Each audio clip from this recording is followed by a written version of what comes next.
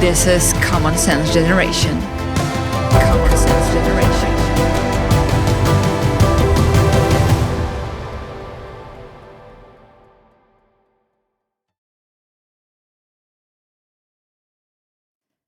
Welcome all the viewers of Common Sense Generation. My name is Maria Kądzielska-Koper, and we talk about philosophy and history. With me today is one of the most popular Polish historian, Wojciech Roszkowski. Professor, thank you very much for showing up here. Thank you. You had so many functions and so many jobs in your lives. It's very hard to describe in one word. Who are you? I'm a man. You're a man, and you are an author. You're an author of this new book about godless terror and propaganda, many face of Marxism and the face of modern Marxism as well. So right now we see at these problems of young people, the problems of who they are, the problems of their identity. Did you have the same problem of your identity when you were a young professor? Of course, I think everybody has. You grow up in a family circle. Unfortunately, some outside of the family circle. That's a problem.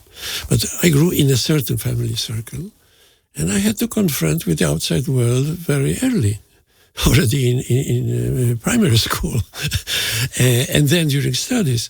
So my basic problem when I was younger was whether to join the Communist Party or not, to make my life more or less successful, coming into compromises with the system that I rejected from the very beginning. It was an undemocratic, totalitarian system in a vassal country, Soviet vassal. So communism for me was an enemy in a way, an enemy that I had to confront. Which was outside and inside the country. So Absolutely. Really a desperate situation. Absolutely. With not much chance to travel abroad. I was lucky in a way, because without Communist Party membership, I made kind of a career under communism as a economic historian, as if somebody called it internal emigration. Even reaching a PhD. So I had to pass an exam in philosophy, Marxist. This is why I know Marxist philosophy. But it is also not that common that even people who live in countries led by some sort of Marxism, such as China, they very often have no idea actually what Marx wrote about. And this is why I started with Satanism. Probably it shocked many people. Marx, as a young man, was a Satanist. He rejected God from the very beginning. Well, it's poor for Marx, but unfortunately poor for the world as well, because we so many people, countries, and whole societies fell in love in this form of anthropology, but it's also in this form of vision of changing the world. So but right now young people, you see, they have the problem of identity. They don't know if they're men or women, or if there even this division between gender exists. All is fluid. All just flows. One day you can be, you can feel in 75% a woman, and in 25% a man. Or you can feel a man, but you put a lot of makeup and you try to change those boundaries. You try to be, you find your identity, or you don't know who you are. Or you identify as an animal. In fact, I do think that there's a lot of lack of love and lack of love of yourself. Lack of common sense, I would say. First of all, lack of common sense. You are, first of all, what you are. And look into the mirror, look into your reactions. Don't look outside. Because if you look outside, then you will lose yourself from the very beginning. look, some Buddhists or modern pagans usually use this term, look into yourself, but this is misleading. They don't really try to understand what they are in the first place. It's not so difficult. Well, we have to. I think that it begins with the feeling of injustice in this world, feeling of what I said about St. Augustine, feeling of lack of fullness, completeness. We are incomplete. In a way, we are incomplete. Because we all the time miss God. Exactly. But if we get rid of the transcendental element, we get rid of faith, then we see this lack, we see this void. Everyone sees this void.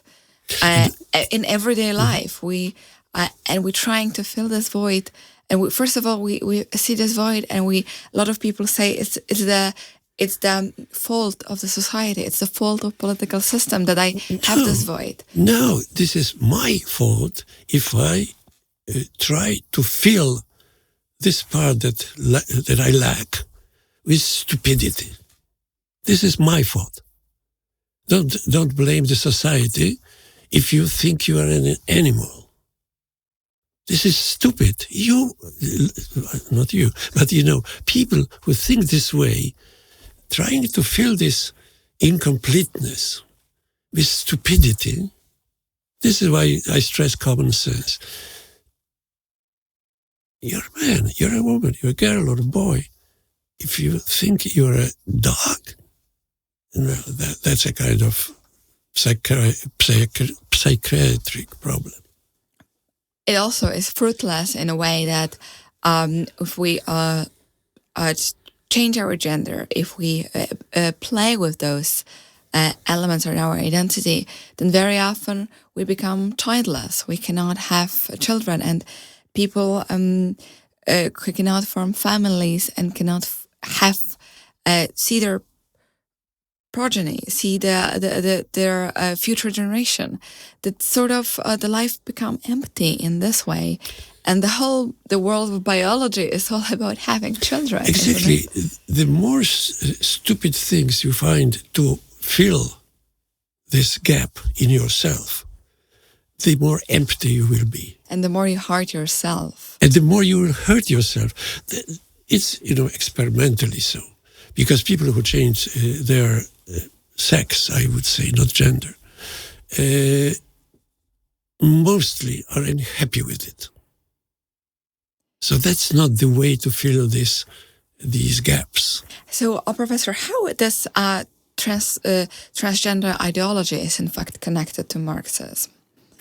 It's connected with the so-called cultural Marxism of Gramsci. Marx wanted to destroy the existing society by changing the sphere of the economic sphere. I mean, the system of ownership, relations between the haves and the have-nots. Gramsci realized that it's a dead end.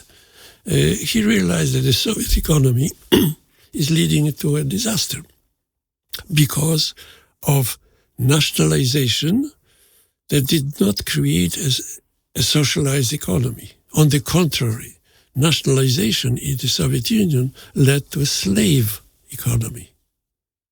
And then we had gulags, more taking away land from the most... Less and less effective, as it proved in the 1970s. So Gramsci's theory was to create a revolutionary superstructure in the cultural field, to change the way people think. That's even more disastrous. Because if you stress, first of all, your material condition, you are only a material creation, a kind of animal. And then to claim that by conflict you will create a better man, it's stupidity. conflict leads to destruction. Secondly, this unlimited anthropology that we talked about. Man makes himself. That's a revolutionary thought. You can be whatever you want. You can fly. You can be born thousands of years ago.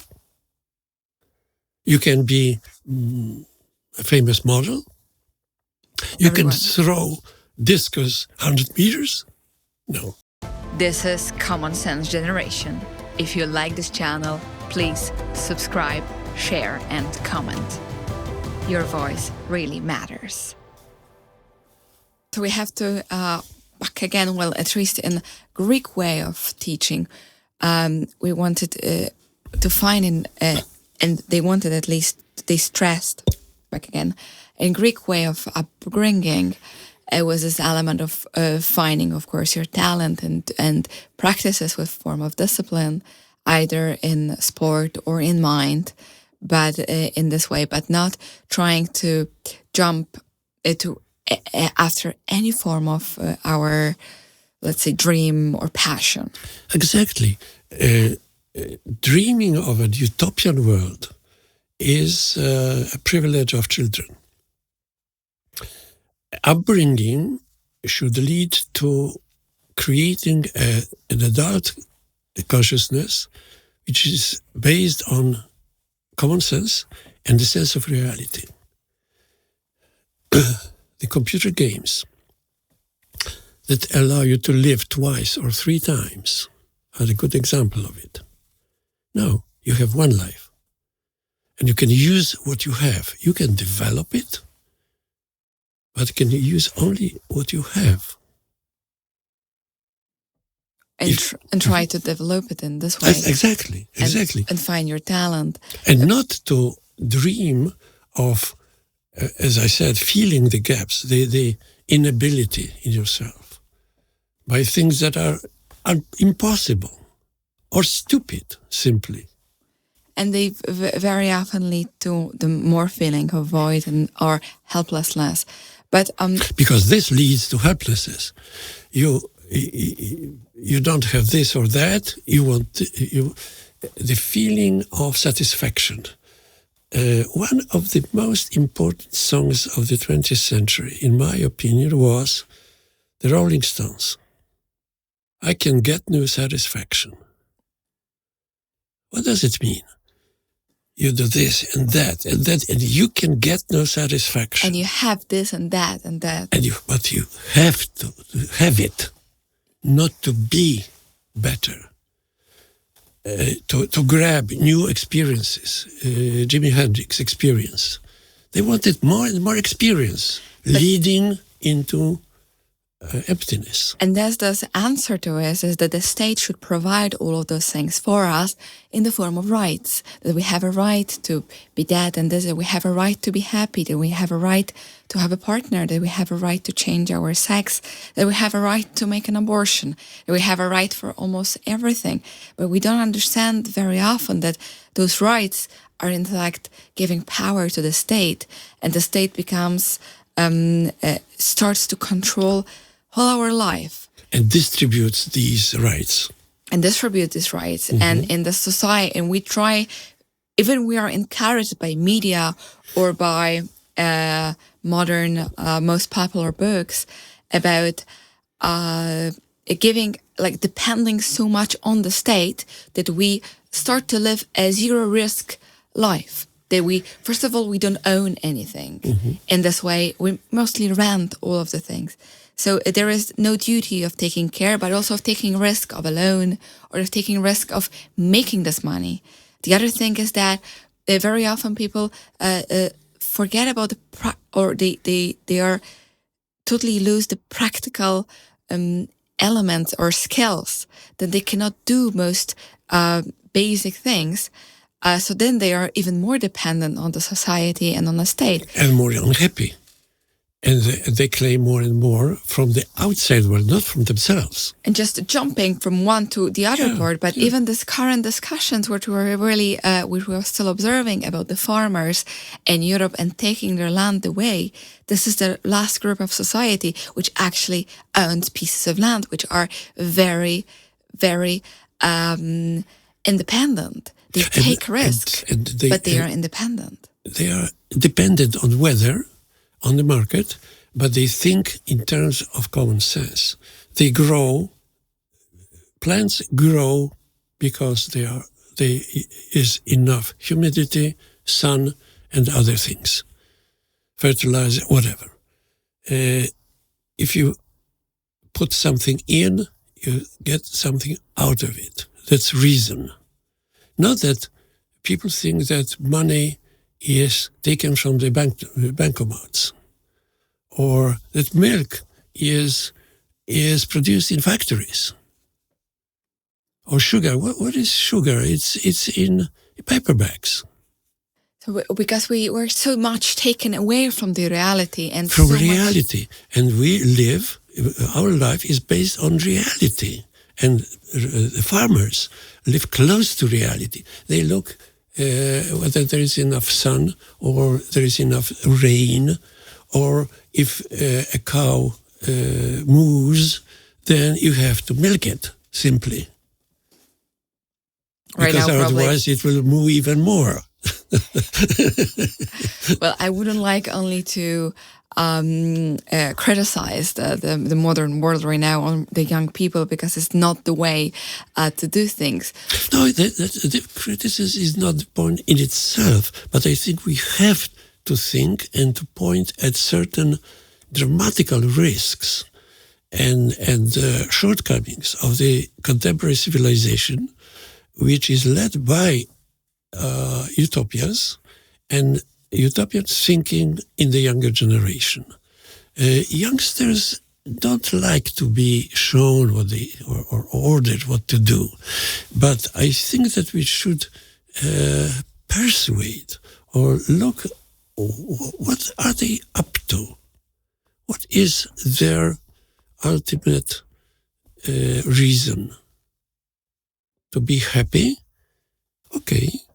But happiness is not connected with the utopian thinking about all your abilities which you do not have, simply. Because you will be more unhappy. Think about what you have, how can you develop it in a better way for your good and for the good of other people, for your family, future family, whoever. Society, of course, society is something that is expected to give you more. But sometimes they even repeat, Kennedy's, don't think what society will give you. Think about what you give the society. And this is also an important thing, not to... we are social creatures, by the way. We are. And that we don't expect the state to resolve all our problems.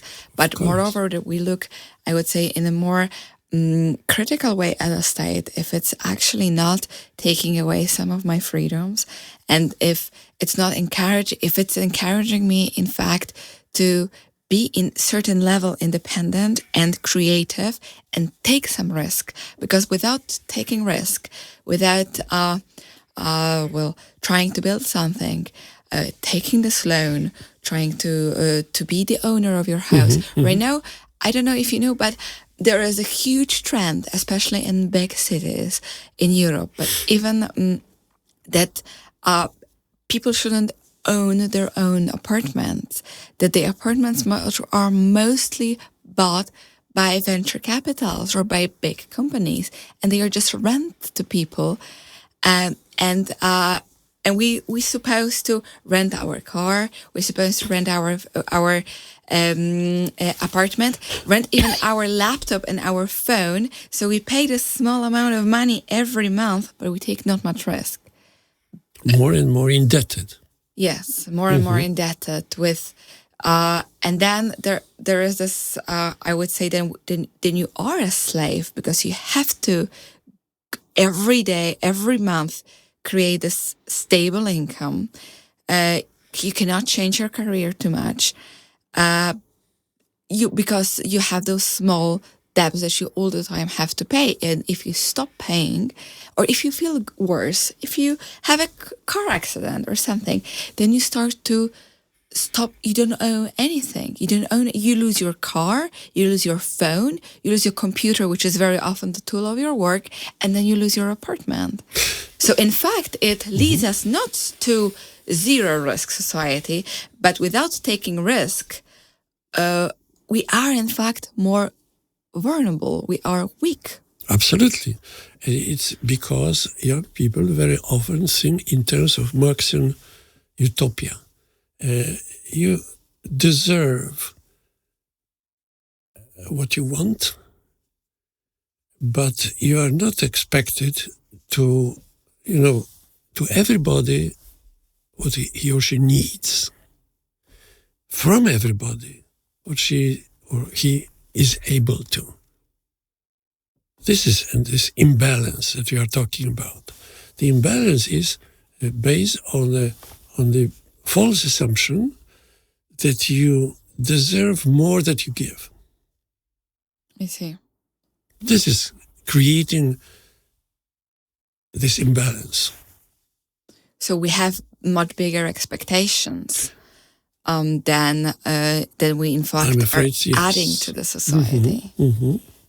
Professor, but don't you feel sometimes that very often our work seems so worthless? And maybe that's the case of young people, that they are doing something, but they cannot see the development of their careers, that they see only big corporate firms, and they see they cannot grow their own businesses in any other way. So they feel helpless, that their work is not without value.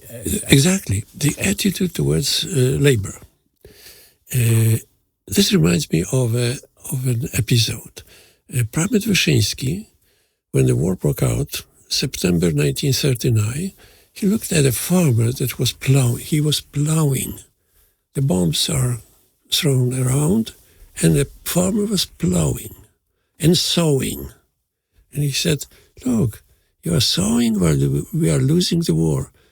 It doesn't matter. Somebody will use what I done. This field. Somebody will be fed. Somebody. Unfortunately, the Nazis were probably fed by this. But anyway, this is an attitude to labor. People think that labor is only to bring you effects, material effects.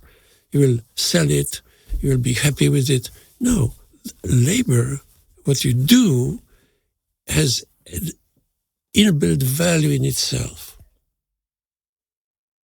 It's not Marxian, absolutely. That's Christian. That's Christian. It's absolutely Christian, that the work itself has a value. Exactly. This is a beautiful and also, I would say, full of hope maxim that just what we do, even if we don't see the fruits of our labor, that the labor itself has a value. Absolutely. I was very Protestant. That was my initial motivation when I'm writing anything. Will I sell the book? Maybe. Will I get a promotion or get a scholarship? Maybe. But that's the point. The work has to be done because we need the effect. The effect in itself. And you'd already touched a little bit of my sort of last questions to you, because you wrote a beautiful book. It's illustrated with great pictures. And it is also a huge amount of work of going through the history of Marxism, showing how this king is naked in a lot of fields. You've done enormous amount of work. But then there is, of course, criticism of LGBT, of gender ideology, and of Marxism anthropology at the end, which you prove in this book why at least you think it's true, and how it's based on experience of history. But then, right now, we don't want to hear things which are we don't believe in. We want to listen and hear things which we already believe in, and not things which are different. Professor, do you yourself, do you ever change your opinions? Do you ever try to challenge yourself with things that you seem not to believe in? That's a fundamental question. If you are decent, if you are honest in what you think, you have to sometimes think from the other, look at things from the other side. Whether I do it or not, it's hard to say. I cannot judge myself, because I think it's necessary. Each sentence that you write down or which you express should be analyzed. This is why I'm very happy if somebody criticizes what I do or what I write from the common sense perspective, not from kind of ideological perspective. If somebody says, well, this is a medieval thinking, blah, blah, blah, blah. Or is it Christian? So I'm not a Christian, so No. I think that the term common sense is important to bring up, to elevate, to... I do hope that common sense is sort of invitation to think for yourself and to use practical reason. Absolutely. And not to be afraid to also do and act in a way how you think, even despite the hierarchy of power. I also have to tell you that I realized how very often people don't have a common sense, even though those who were very smart in the world during the pandemic, when there were so many absurd regulations, but because of fear and because of fear of death, which is a terrible fear among human people, we decided that it's better to follow some of the rules which were so absurd that they actually led us to less healthy lifestyle, less context, less quality of life. But this danger that we might die was so big that we bowed to any political legislation which came out. And for example, closing the forests, which was a wonderful legislation. It's a good example. Closing forests during the epidemic. It was legislation that was so absurd, and people did not protest in a way. They didn't. So I think this is the strength of prejudice, or the strength of false beliefs. Out of fear, out of laziness, out of other reasons that are contrary to rationality. And, somebody may ask, well, you're a man of faith. Yes, but I stress rationality. It's not contradictory. I hope not. Absolutely not. I always refer to John Paul II, Fides et Ratio. We need both faith and we need rationality. They are complementary. And God gave us both. Of course. And that's how we should use them both. I think it's a good punchline to wrap up this episode. But Professor, thank you very much for showing also perspective and your way of thinking to all of us. And I do hope that in you, the viewers, it encourage the ego to use your common sense, even if you don't agree with us or if you don't agree with what we said during this interview, then just try to think for yourself and be brave enough to act this out as well, and to look also from a critic perspective and listen and watch things which you don't agree with. And thank you for watching our show. And many thanks to Polish National Foundation for making this video podcast possible. And to you, viewers of Common Sense Generation, for watching our show. This is Common Sense Generation.